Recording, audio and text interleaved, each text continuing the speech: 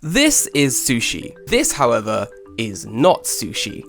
Let me explain. Traditional Japanese sushi, or Edo-style sushi, has been in Japan since the 19th century, and it originated in Edo, or modern-day Tokyo. Edo-style sushi was pioneered by a man called Hanaya Yohei. During this time, fish caught in the Tokyo Bay were utilized to making this type of sushi: tuna, sea bream, but not salmon. Never salmon. The two things that make up sushi is of course a warm bed of rice and some raw fish. And while tuna and sea bream could be eaten raw, Pacific salmon, the salmon that could be caught in the Tokyo harbor, this fish was teeming with parasites and thus could not be eaten raw as part of this delicious sushi platter. That's crazy to think, because in 2025 Japan, salmon sushi is one of the most popular sushis, not only with domestic Japanese sushi eaters, but also international eaters as well. If you're new to the world of sushi, tuna, vegetable style sushis, but most importantly, salmon are a really good entry point. It's familiar to you, it's easy to eat, and they usually don't taste as fishy as other sushis. I'm also a big salmon eater, it's absolutely delicious, but when it comes to those high level sushis, ikura, uni, I can't do it. It's disgusting. Call me a child, I hate uni. It tastes like licking the 7 seas. It's absolutely disgusting. The status of the sushi world stayed relatively unchanged for a long period of time. Tuna and sea bream dominated the menus, with a bunch of other shellfish and clams also occasionally making an appearance.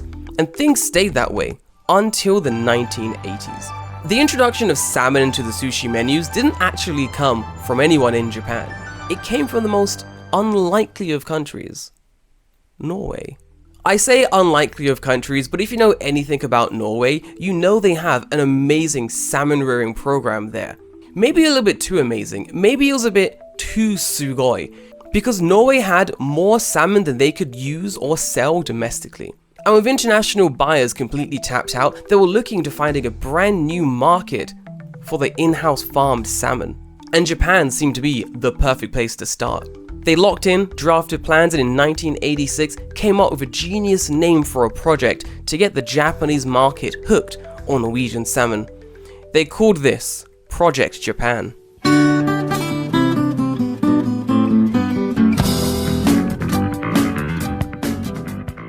Project Japan, is that what we're going with? That's it? That's the entire name? Ah, Sven, we gotta sell salmon to the Japanese. What do we call this project? Salmon, yeah? Yep. To the Japanese? Yep. In Japan? Yep. Project Japan? Boss, you've done it again. Boss, how did you... The initiative was really easy. It was basically just to try to introduce Norwegian salmon into the Japanese market. Norway wanted their salmon to be used for sushi. They knew Japan has a massive sushi market, a huge market for eating raw fish, and if they could get their salmon onto sushi menus, it would be payday for Norway.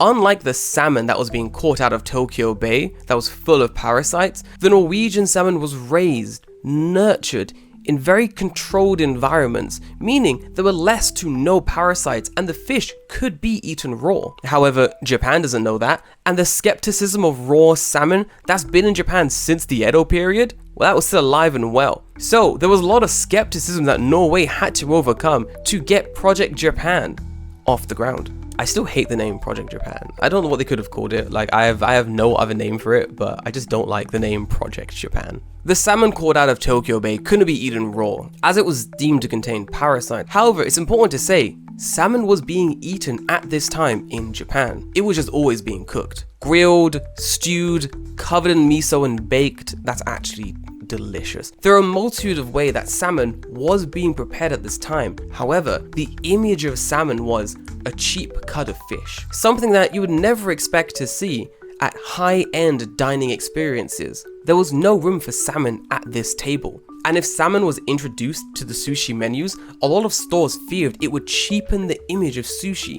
Back to Project Japan. Project Japan was being run by one man, whose name I'm going to butcher, Bjørn Eirik Olsen. He was the man in charge of getting salmon into the Japanese market. This was not an easy task. The Japanese market was absolutely overrun with skepticism when looking at salmon as a product, especially as he was trying to import the salmon from Norway to Japan, only to be used in sushi. Why only to be used in sushi? In his trips to Japan, he realized if he earmarks the fish only to be sold as sushi products, there's a 10 times increase in how much he can sell that salmon for. The man was planning big, and to be fair, he had to. There was so much salmon being stockpiled in Norway, this was a massive gamble for him.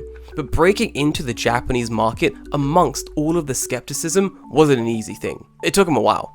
It took him 10 years. It took them 10 long years to break into the Japanese market. But the first thing they had to do was distinguish their salmon from the Pacific salmon that's caught in Tokyo Bay.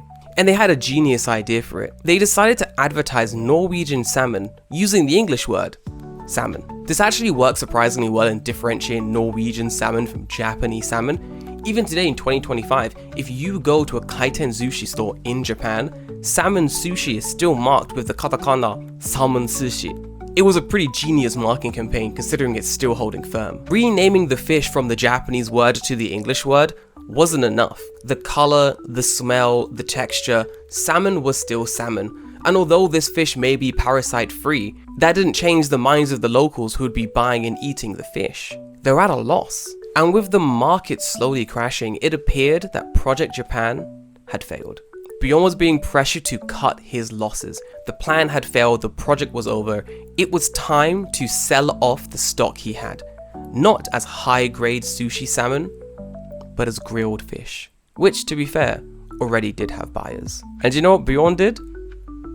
He refused. He wasn't gonna sell his stock of salmon as grilled fish meat. He knew the worth of the fish he was sitting on. He knew this salmon was sushi-grade fish, and he was gonna sell it as sushi-grade fish. However, if things kept continuing how they were continuing, he was gonna be left with a bunch of frozen fish and a massive bill. In 1992, 6 years after Project Japan initially started, a big Japanese frozen food company called Nichirei decided, do you know what? We need some of this salmon. We'll buy 5,000 metric tons of salmon for dirt cheap. Pennies on the yen. What do you say? Bjørn agreed. He'll take it. Please buy our metric tons of salmon. He knew this would be the first step into the industry. So Bjørn tagged on one condition. The salmon you buy can only be used for sushi or sashimi. It was a crazy addition. At this stage, none of the efforts of Project Japan had been fruitful, and finally, a big frozen food company was coming to buy 5,000 metric tons, and Bjørn decides, even still, I know what I have. This is high-end salmon. It is sushi grade, sashimi grade. But the company agreed, and 5,000 metric tons of salmon was on its way to Japan. Bjørn was of course thankful for the 5,000 metric tons of salmon that Nichirei bought, but salmon still wasn't booming in popularity in Japan. Not until 1993, when salmon appeared on a tiny little show in Japan called Iron Chef. For those who don't know, Iron Chef is a Japanese TV show where a bunch of famous celebrity chefs come on TV to cook various dishes introducing various different ingredients, and Norwegian salmon was one of those ingredients. These celebrity chefs then began to introduce Norwegian salmon to a Japanese audience.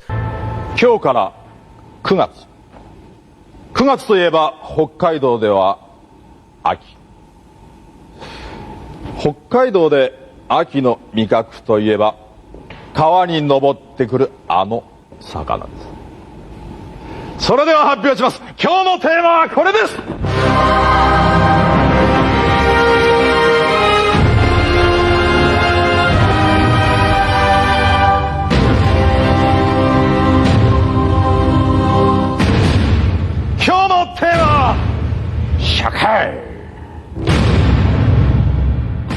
Surprisingly, audiences were kind of down with this message. They realized that, yeah, while salmon can be a cheaper cut of meat, the Norwegian salmon coming in from Norway was of course parasite-free, perfectly fine to eat raw.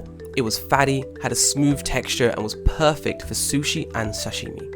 A couple years later in 1995, consumption of raw salmon in Japan started slowly ramping up. So much so that Norway couldn't actually keep up with the amount of salmon the Japanese market was requesting. The idea of salmon sushi in a lot of consumers' heads was still as it was during the Edo period. It was a cheaper cut of fish, and thus it appeared more in kaiten sushi, in conveyor belt sushi, rather than the high-end tables. It wasn't until years later that salmon sushi started slowly appearing on high-end tables in sushi establishments. There are still certain establishments in Japan that won't serve salmon on their sushi menus, but it's not because it has a bad image or it's seen as cheap today in 2025 Japan. It's more that these sushi places serve more Edo-style sushi, so sea bream, sea urchin, tuna, and sort of veer away from the new age sushi you see at kaiten sushi places.